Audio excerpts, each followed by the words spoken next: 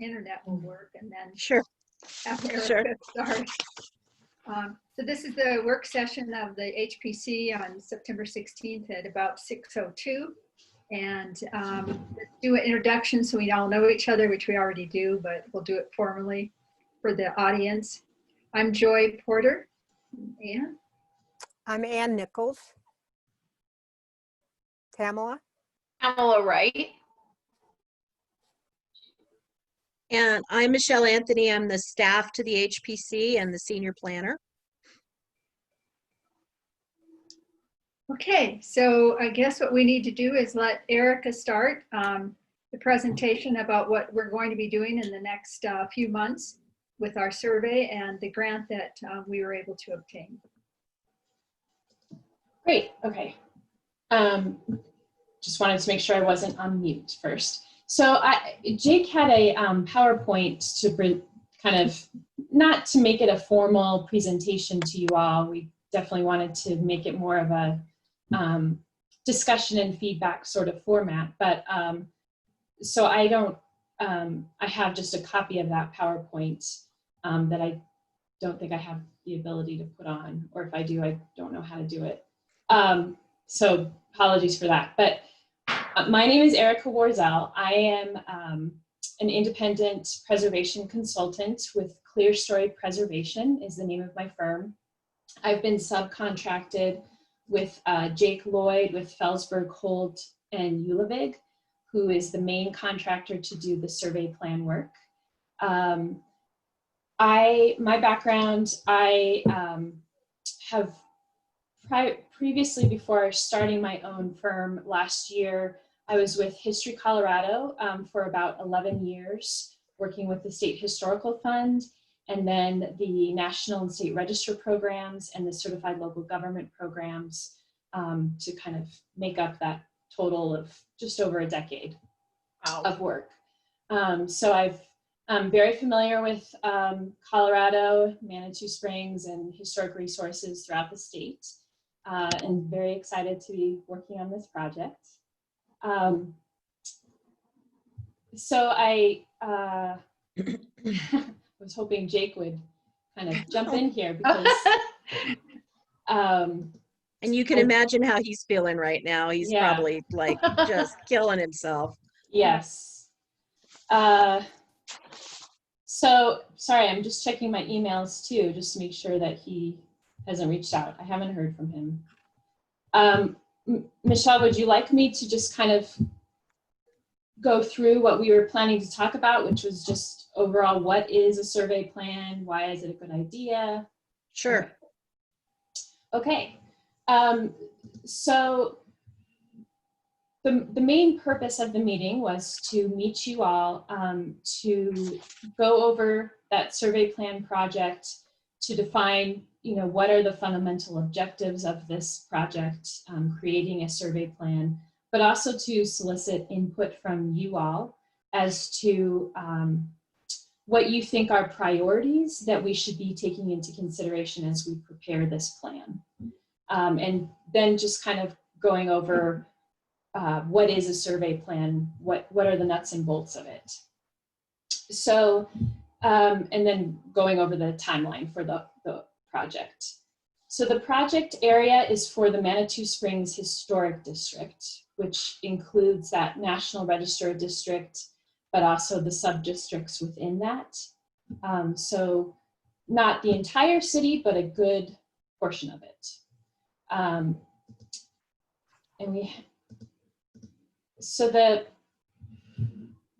skipping on then to the goals and objectives, I first wanted to touch base on what the value of survey is. And when we're talking about a city like Manitou Springs, where so much of it is already within a historic district, it's not necessarily so much about identifying new buildings that were never designated before, but that could be historically designated. And it's more about making sure that the city and the commission and the people making preservation decisions have the information they need about buildings themselves, what makes them historically important, and how much integrity and historic integrity do they have. And those are important considerations then when you're making decisions about design review projects, as far as what would be acceptable for your preservation program, or what wouldn't be. So the plan, so the survey, a survey then, can be of two different types, levels of intensity, if you will. There's the intensive survey, which goes into as much detail as possible about the history of the house, archival material. And I apologize when I say house, I don't mean just residences, but buildings in general. And then trying to document as much as possible known changes to the building through building permits, any sort of historic documentation that can be tracked down. Then there's a reconnaissance level survey, which is kind of more of a looking, but not necessarily doing full depth research. And sometimes that's the most appropriate survey type of work. And a general idea of the history of the building in the area and what has changed, but not necessarily the chain of title, etc. And what's needed can depend on the neighborhood, the area of the town we're talking about, and what other information has already been gathered about it. If it's been intensively surveyed in the past, maybe what's needed is just a reconnaissance survey to understand what does it look like today compared to when it was last surveyed 10, 15, 20 years ago. So that's the value of survey itself. This project doesn't attempt to undertake the actual survey because that's a lot of work. This is meant to create a plan to direct the city on how to go about fulfilling the survey needs of the city and the commission and anyone else who might be using this information to prioritize what needs to be first surveyed, essentially, based on different priorities or ways to think about a priority. Maybe there's a lot of development or activity happening in a certain section of town, and that's one reason why you feel like you need information sooner rather than later. Or maybe it's because a certain section of town hasn't been surveyed at all, or in a very rudimentary way, or in a several years ago where essentially some of the information is really outdated and isn't helpful to you. So those are all the kinds of considerations that would be taken into account when we look at this. So in order to start that plan, then we need to first collect and gather the existing data, the existing survey data for Manitou Springs. And that will be working with the city on what they know has occurred, looking at those reports and then the individual survey forms, but also looking through History Colorado's database of site files to see what they have. And then by looking at that information, identifying what are the data gaps, what are big pieces of information we don't know. Again, that might be geographically based, it might be chronologically based, that things are out of date or too old, or it might be a certain historic theme in the town that hasn't been adequately researched and documented. So all of those will be things that we are looking at as we create this plan. We'll also be, the plan will also help inform the city's own GIS mapping project with updates to its existing data. So it'll be kind of a working together with the city of using their existing GIS data, but also helping providing them with information that they can use to then update what they already have for GIS mapping, et cetera. And then, as I talked about briefly before, prioritizing the future phases of survey projects that need to be done based on a whole range of needs and wants by the city and the commission, and even in the public as well. And then making strategic recommendations as to what should be pursued first and at what level, that reconnaissance level or intensive level, again, depending on the need. Erica, I'm just pulling Jake over. Oh, great. I see his name. I realized I better look. Hi, everyone. I am so sorry about that. I don't know what happened, but I had to close in and out of the meeting link 3 times in order to get the controls to even Oh my gosh. my video on or anything. So I apologize for that. We were just laughing at you. Yeah. Yeah. Blaming it on traffic. It's all good. Yeah, no. Yeah. So, yeah, I apologize. I'm not sure where we're at, but Erica, thank you for jumping in and kind of getting this thing going. Yeah. Jake, I'll just fill you in where we are at. And Okay. It's actually kind of a good place in that I just kind of finished going over the goals and objectives of the survey plan and introducing myself. Great. So I would leave it to you to introduce yourself, and then maybe you can segue into the next portion. Yeah. Yeah, absolutely. So it sounds like you probably already kind of have a project overview, but for just to introduce myself, my name's Jake Lloyd. I'm a historian with Felsberg, Holt, and Uleveg. We are a sort of a multidisciplinary firm based out of Denver, focusing a lot of work on environmental services, including historic building surveys and transportation related work. And like that, we're based out of Denver, and we've got an office in Colorado Springs as well. And we've had that office for 15, 20 years now, and have quite a bit of experience working in the Manitou Springs and in Colorado Springs area on just a number of projects over the years. Personally, I've been involved in projects up along US 24 and Waldo Canyon when that fire occurred, and there was some remediation that needed to occur, and later with the West Side Avenue Action Plan and Colorado Avenue, the new bridge and pedestrian underpass. That was a great project, and got to really dive into sort of the history of the area there, putting together surveys and level 2 documentation and some other historic documents for that project. So yeah, this is working, being a part of this project and helping the Manitou Springs community with this historic survey plan is just an absolute honor.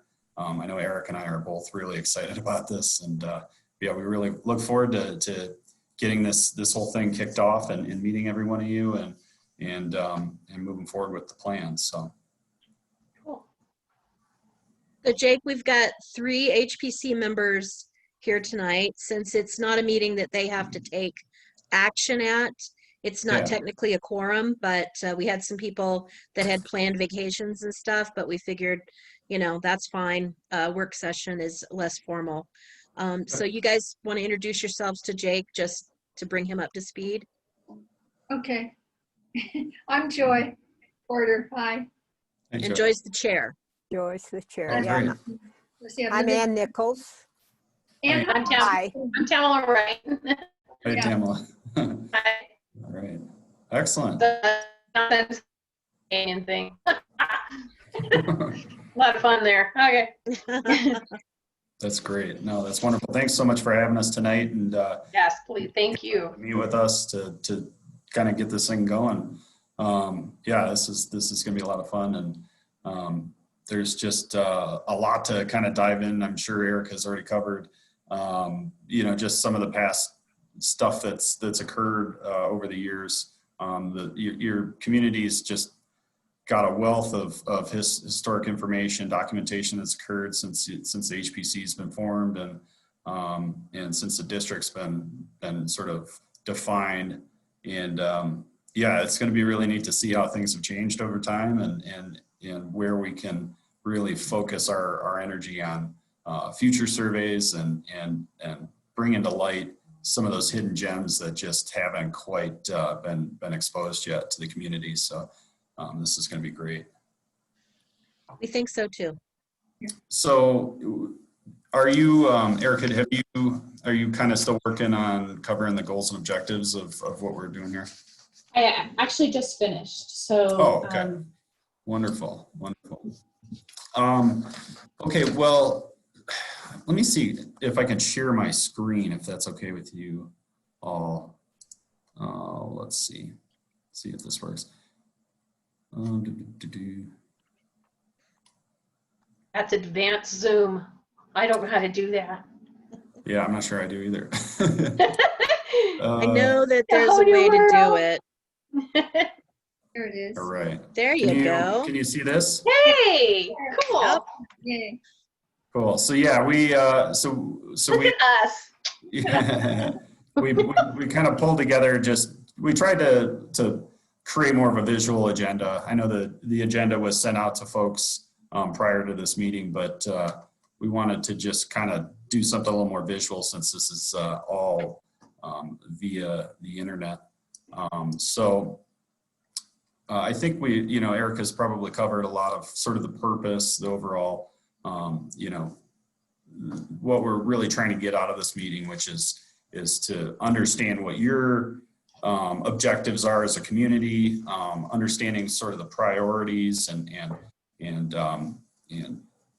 things you'd like to see us focus on. I know we can kind of dive into all of that prior survey work that's been completed, and I'm sure we'll find lots of things to update relative to those surveys. But if there's other things that, over time, if maybe this is based on other projects that are occurring with Plan Manitou, or some of the other just initiatives in town, if there's other areas of town that are starting to maybe have a little more importance or interest to folks, this is a good time for everyone to kind of give us a heads up on that, so we can understand where maybe the community's priorities really are.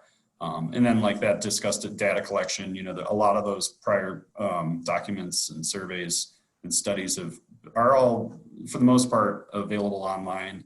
I think the History Colorado's Compass database has 500 and some odd building surveys that have been completed over time, many of them being very outdated, of course, but some of that stuff's available to us already. But if there's other things that maybe haven't been shared digitally, or haven't been scanned, perhaps, those, maybe we can talk about obtaining those for this study, and so that we can include that information in our survey plan. Right. And then, yeah, ultimately just talking about the timeline, and we can kind of get into that, looking at what some of the tasks we've highlighted will be for this survey plan, and how that'll kind of unfold over the next several months. So let's see here.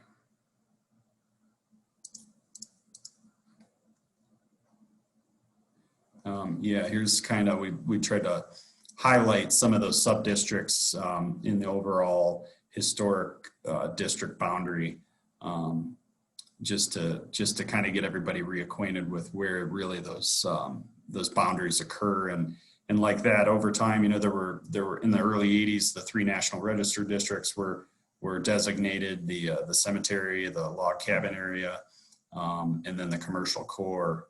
Of course, those boundaries aren't completely represented by the current sub-district boundaries, but it kind of is something interesting to note there.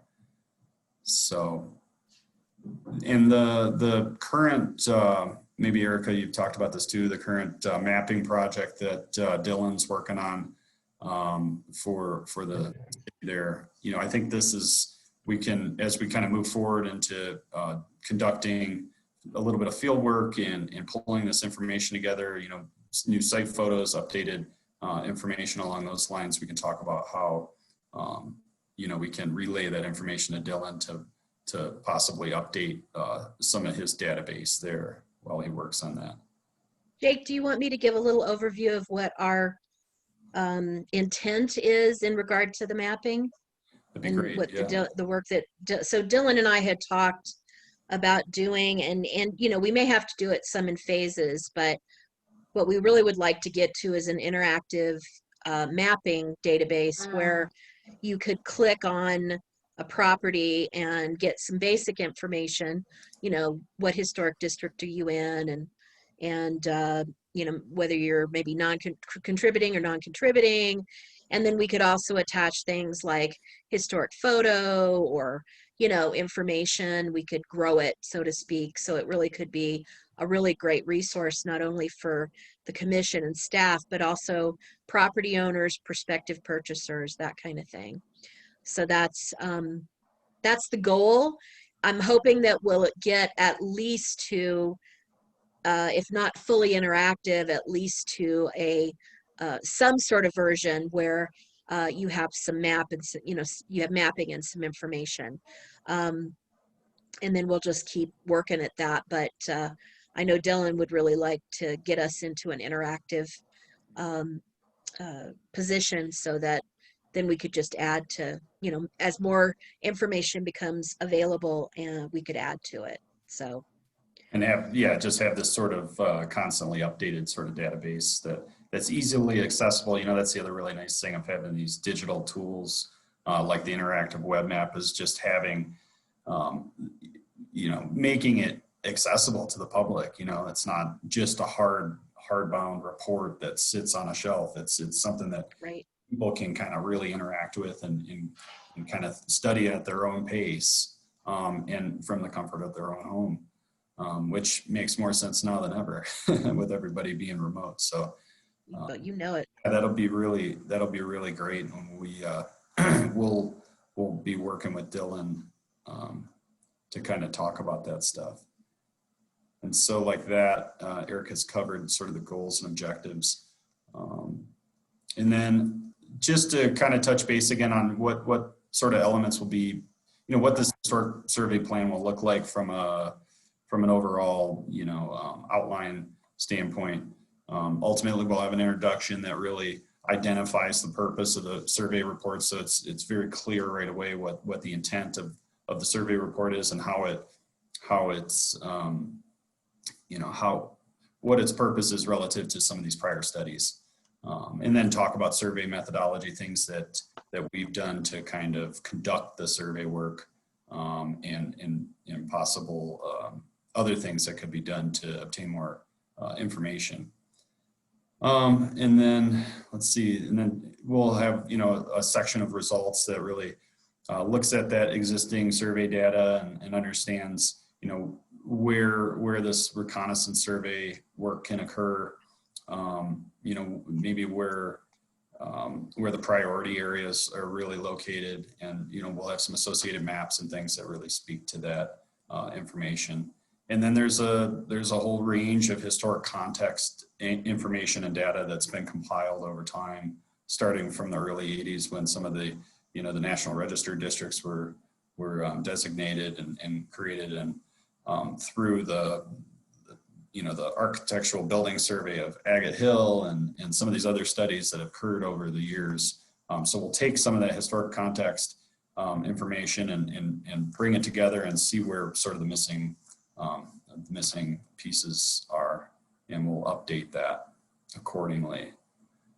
And then this will kind of allow us to provide any additional information on different property types, architectural styles, and so forth that may have been updated or maybe weren't completely identified in the design guidelines, which are very comprehensive. I know that's a great resource. It's nice and accessible from the website, but the design guidelines are very, very nice, kind of broad stroke on the property types that are found in each of these sub-districts, and a little bit of historic context to complement that information.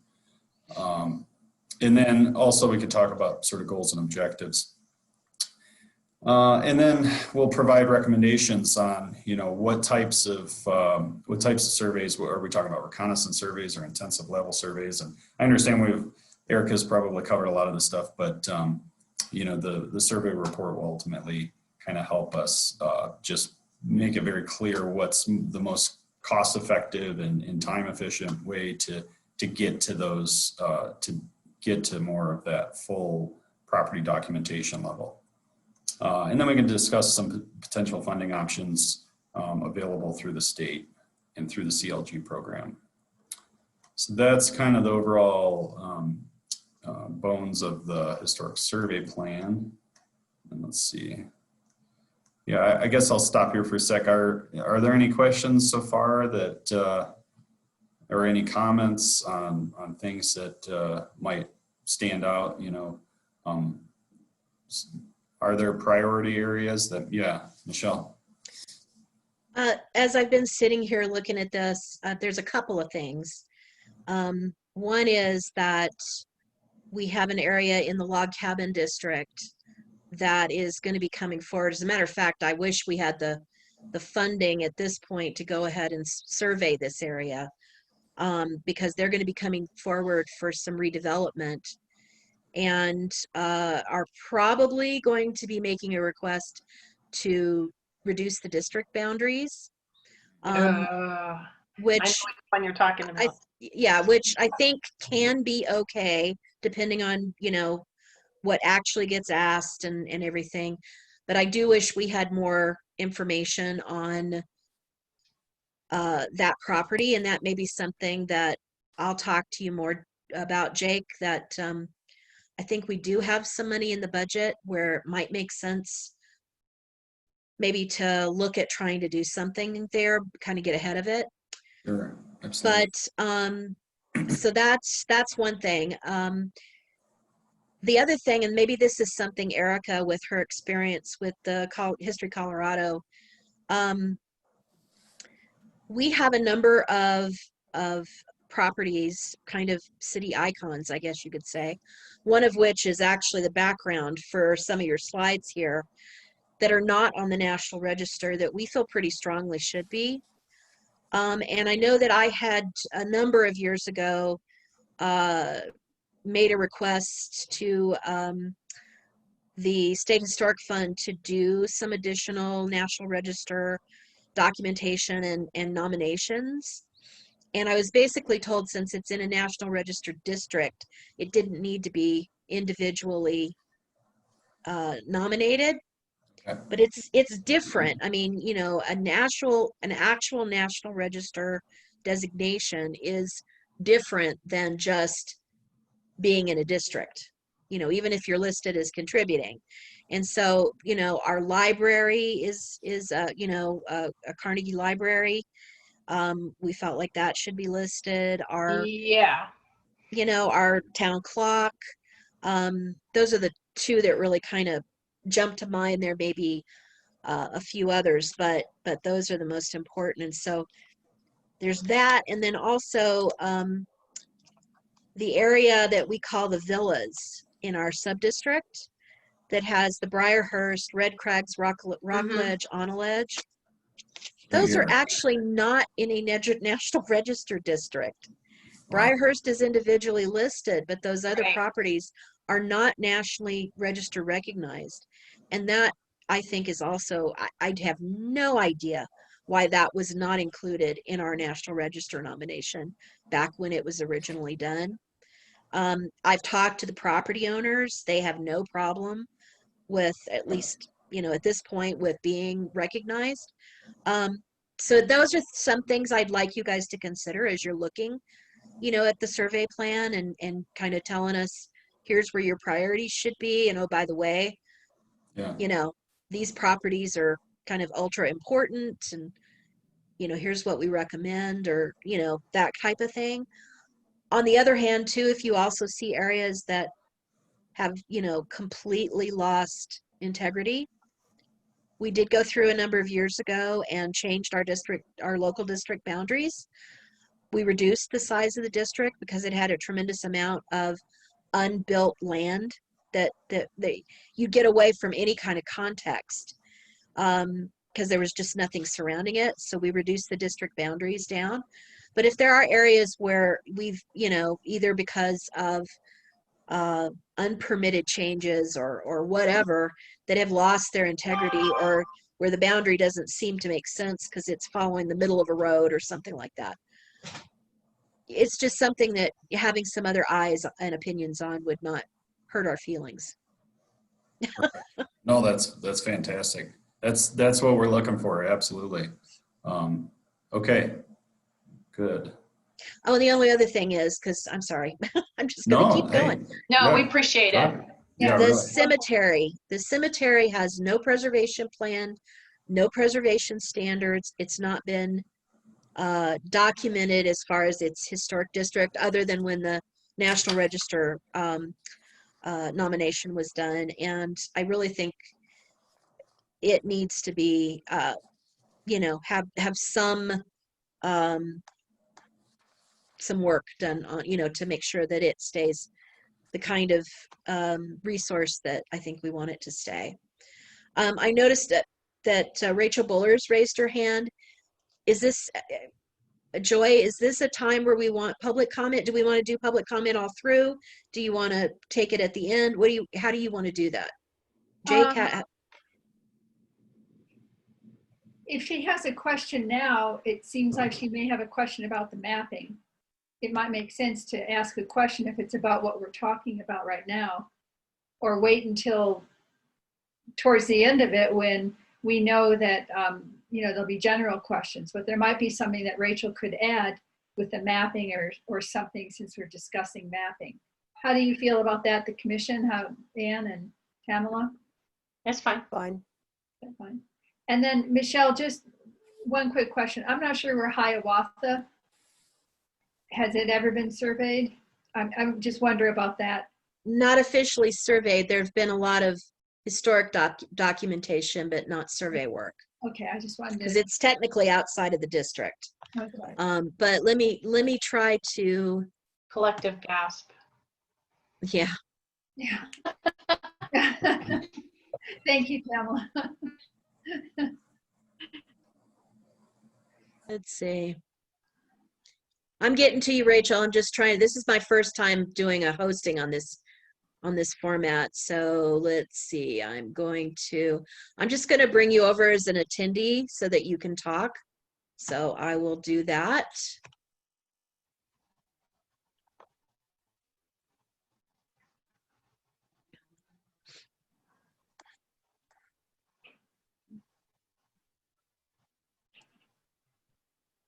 And then allow to talk. Okay, Rachel, if you unmute, you should be able to talk. Okay, can you hear me? Yes. Yep. Yes. Oh, okay. So I don't know if this is the right time to ask this question, but I just wanted to see if this survey plan is also going to include whether or not properties are contributing or non-contributing. Not the plan, but I understand that it's just a plan we're talking about now, but yeah, the surveys when the surveys are actually done, Rachel, that is something that's done as part of those surveys. Okay, And, that's all I needed. and this, Thanks, Rachel. I'll just add to that, this is Erica, that that might be another reason why a certain survey would be a priority, is because it doesn't, it hadn't previously made that clear what was contributing or non-contributing. So that's an excellent point. Something to consider for future survey work. Yeah. Okay, thanks.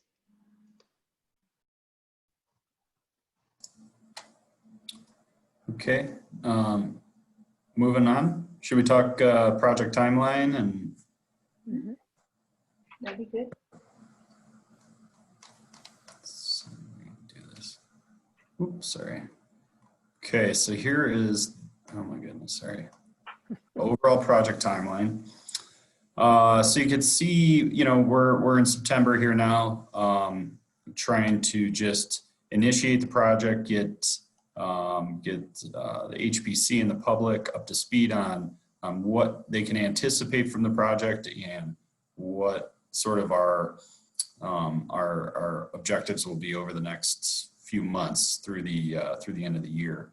And you can see the bulk of the work really kind of occurs prior to 2021. So we'll go into each task in more detail here, but ultimately we'd like to, we're shooting to have sort of the final recommendations to City Council and the final presentation of the plan in March of 2021. So yeah, this is sort of the first task that we completed within the last week or two.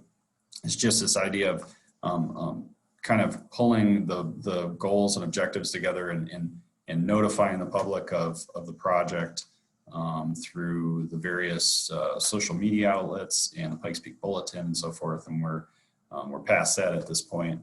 But that's what really kind of we were hoping to spur enough interest to get folks to come and attend this kickoff meeting.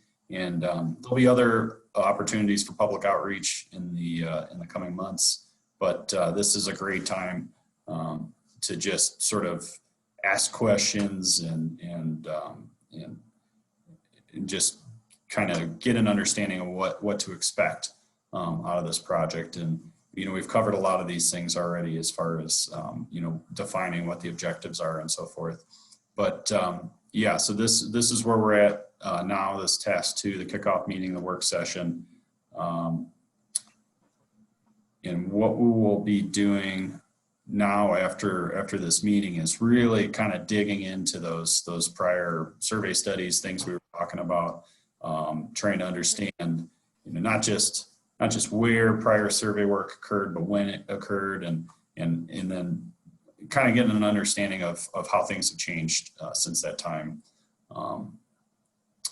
But we'll reach out to Michelle and the planning group to make sure that we've got a lot of we've got everything that's available to us for past surveys, and just clarify that we've got everything we need to pull the survey report together. We'll check on the Office of Archaeology and Historic Preservation, the Compass database. That's the online state managed historic resource database that can kind of give us an idea of where individual properties have been surveyed, and a little bit of background on when those have occurred, and some of those site forms are even available online, and for ones that aren't, that are of particular interest to us as we're putting the survey report together, we can request those from the state and kind of compare how things are today. So we'll be conducting this sort of data collection and evaluation phase over the next month and a half or so, 2 months really, I guess. And that will help us to really understand better what's been done to date. And this fall, Erica and I will also spend a little bit of time out in town looking at, once we kind of have a better understanding of what's been done from a survey standpoint, understanding, we'll do what we're considering a limited windshield survey, where we're not going to be documenting and conducting surveys of any properties in particular, but we will be taking key photographs of certain properties to kind of show the difference of, how properties have changed over time, and just sort of for us to emphasize in this historic survey plan the amount of change that can actually occur when 10, 20, 30 years goes by. And so we'll be doing that over the next couple of months, before the weather gets too cold and things get too kind of far past the nice season, before all the leaves fall off. Well, maybe after the leaves fall off, that'll be kind of helpful in some respects too, if trees are blocking certain properties. So yeah, we'll kind of play that by ear based on what we see. And then those 2 tasks, that sort of that data collection process and that field reconnaissance of of town will help us develop this draft survey plan. And this will really, be a chance for us to kind of get all this stuff kind of pulled together and put into a succinct plan that then the HPC and the planning department, you guys will be able to review and provide comment on.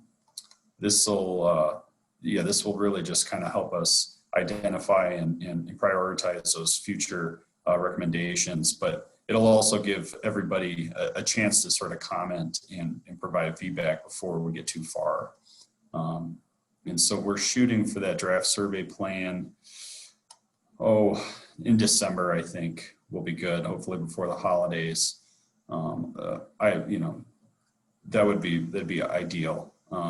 Especially, we'll see how that goes based on all the other tasks to date. But ultimately, we'll want to pick a good time to sort of provide that draft survey plan to the community for feedback. When people actually have a chance to review it. And then we'll come back to the city and we'll conduct a presentation and really walk everybody through that survey plan after they've had a chance to look at it. And then that'll be another opportunity for the community to really provide direct feedback and hopefully some time will have gone by between reviewing the draft plan and the presentation, and they can actually, if folks can get their thoughts together on anything that they might want to add to that. And so let's see, for presentation of the draft survey plan, it'll likely occur in early 2021. We've got it scheduled for possibly the middle of the month, whenever that seems to be a good time to reconvene and with the community when people aren't, out of town or whatever they're, folks are doing. I don't suppose people are going to be going too far this year, but you never know.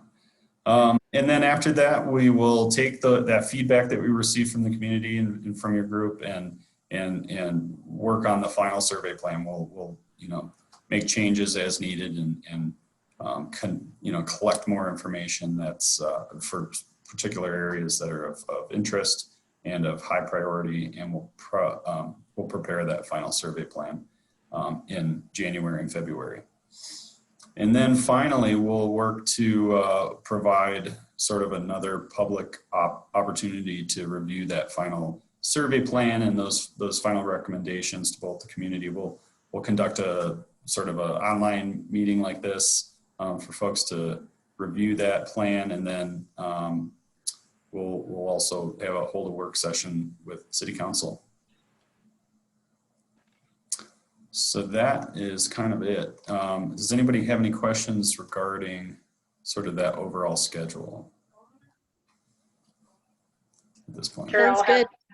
I'm sure I'll have 20 when we get into it, but Yeah, it all pops up that way. so. That's great. Okay. I think we're probably going into a good time of year for you guys to be doing this stuff. And if we can, get the draft before the holidays and maybe give people over the holidays to review and stuff. And I think you've lined it out, well. Mm-hmm. I Good. agree. Right, I agree. Great. Fantastic. Okay, I guess at this point we'll open it back up to any other just general comments, questions, whatever seems to make sense at this point. Not sure any lasting remaining questions at this point? I think just get going. Yeah, All right. That's easy enough. Good. Yeah. Well, I hope that's helpful for folks to just kind of see what they can anticipate us doing over the next few months. And if there's questions, comments that anyone has along the way, you're welcome to reach out to us anytime. We're here to provide input, and if you have input to provide to us, that's even better, because that really helps inform our plans. So.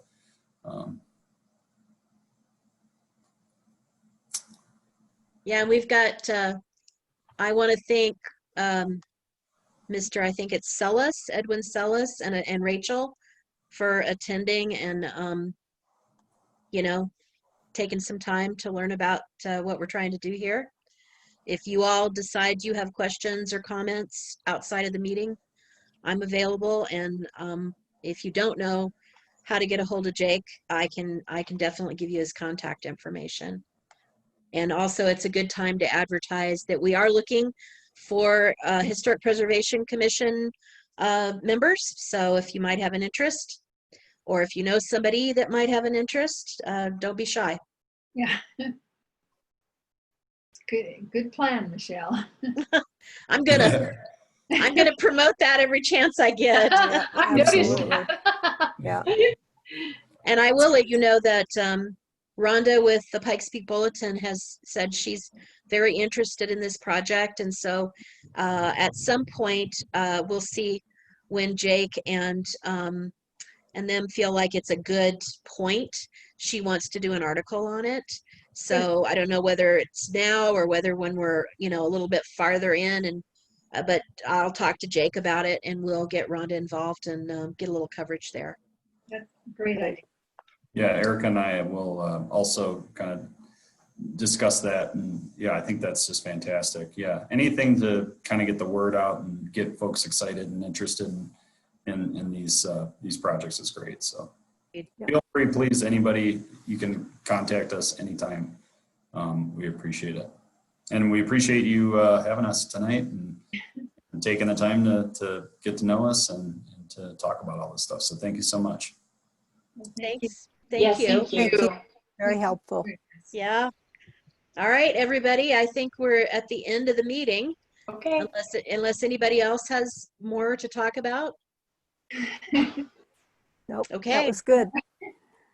Okay. Alrighty. Very, Thanks, very good. everybody. All right. Thank you. Thank Stay you. healthy. Bye. You too. Bye. Thank you. Take care. Bye.